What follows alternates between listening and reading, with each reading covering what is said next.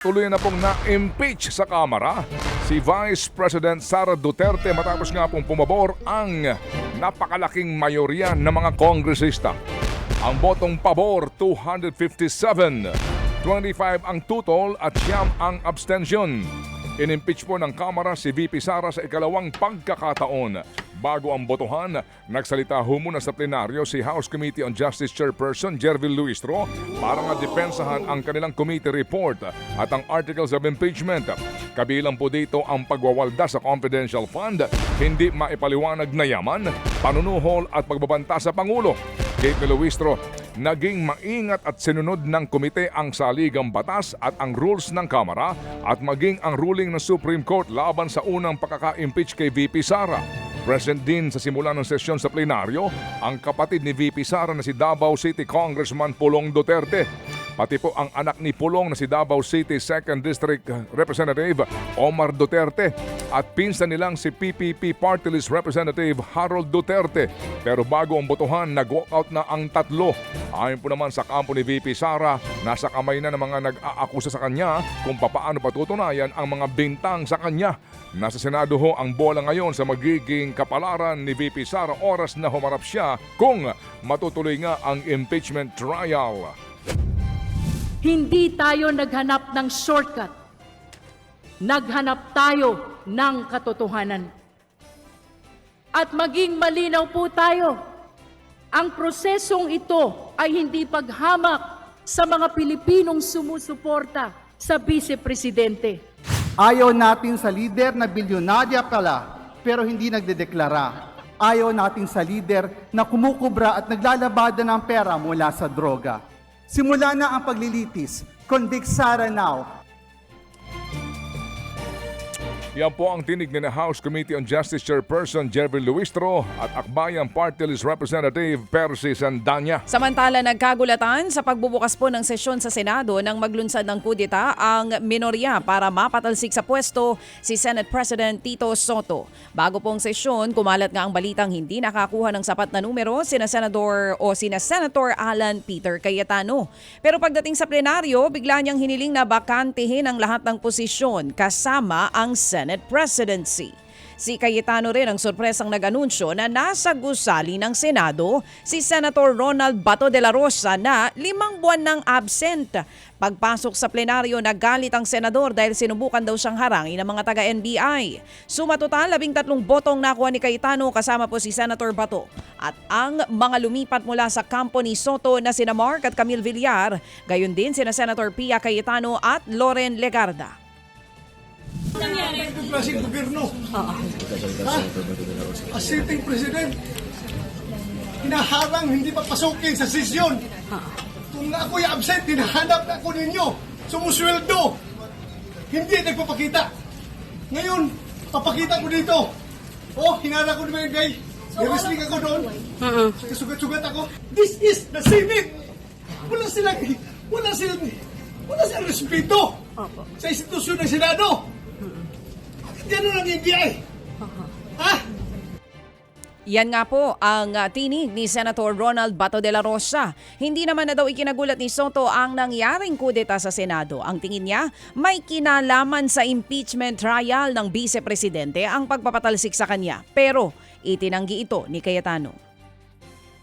Because if I were Senate President, once the House approves the articles of impeachment and sends it to us, I will constitute and convene the impeachment court tomorrow. Hindi ko kayo sinisisi kung sinasabi niyo sa news na ang pagpalit ng leadership ay tungkol sa impeachment. Hindi po.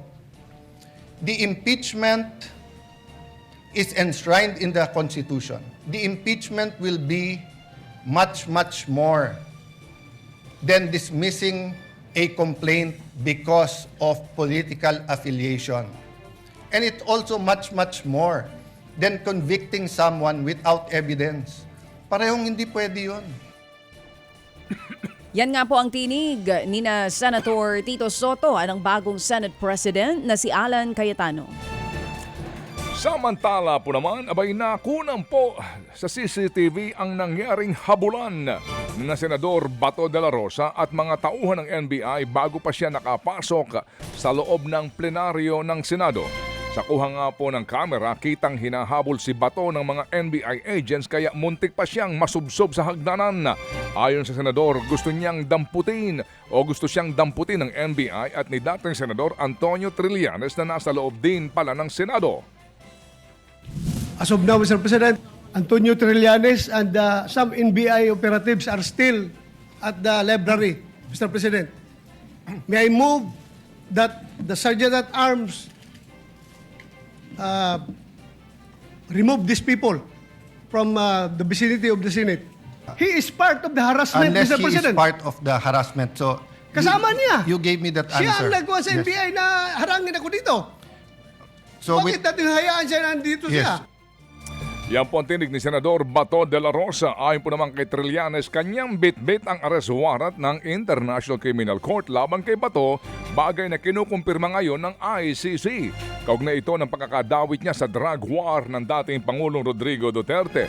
Kung babalikan noong pong 2024, galing mismo sa bibig ni Bato na hinahamon niya si Trillanes para siya raw mismo ang umaresto at magposa sa kanya. Pero hindi pumayag ang Senado na nagdesisyong isailalim daw sa protective custody ang senador at hindi isuko kina Trillanes. Go ahead, make my day, Mr. Trillanes. Sabihan mo. Sige ka lang, ngak dyan ng ICC. Sige. Go ahead. Kahit sumama ka pa, mag-serve ng warrant. Sumama ka. Ikaw mismo magpusa sa akin. Personal request ni Bato na samahan ko yung mag-aaresto sa kanya. Kaya nandito ko. Inamin na ako, di ba? Inamin na ako. Nandito ako. I showed up. Inamin na ako na samahan ko yung mag-aaresto sa kanya. Yes. Nandito ko.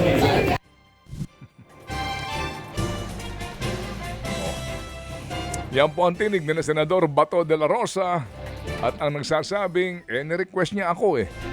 Ang tinig ni dating Senador Antonio Trillanes IV. Samantala sa kaugnay na balita, nagkaroon po ng tensyon sa labas ng Senate compound kagabi matapos nga pong magtipon ang ilang supporters ng mga Duterte at ni Senator Ronald Bato de la Rosa. Bit-bit ang watawat at megaphone. Pangunahing nirereklamo nila ang paghahain ng arrest warrant ng ICC kay Bato. Sigaw nila, bakit kasama si Antonio Trillanes na o sa magfa-file, gayong hindi naman siya opisyalis ng gobyerno. Gusto ng ilang supporters na humarap sa kanila si Trillanes. May pagkakataon pang hinahabol nila ang mga lumalabas na sasakyan sa Senate compound para masilip kung sino ang sakay ng mga ito. Bukod po sa supporters, pumunta rin sa Senado pero hindi pinapasok sina dating Congressman Mike Defensor na tinawag na pamumulitika ang tangkang pag-aresto kay Bato. Nagkagirian din sa pagitan ng NBI at mga tauhan po ng Office of Senate Sergeant at Arms o OSAA. Pinipigilan daw ng mga taga-OSAA na umalis ng Senado ang mga taga-NBI.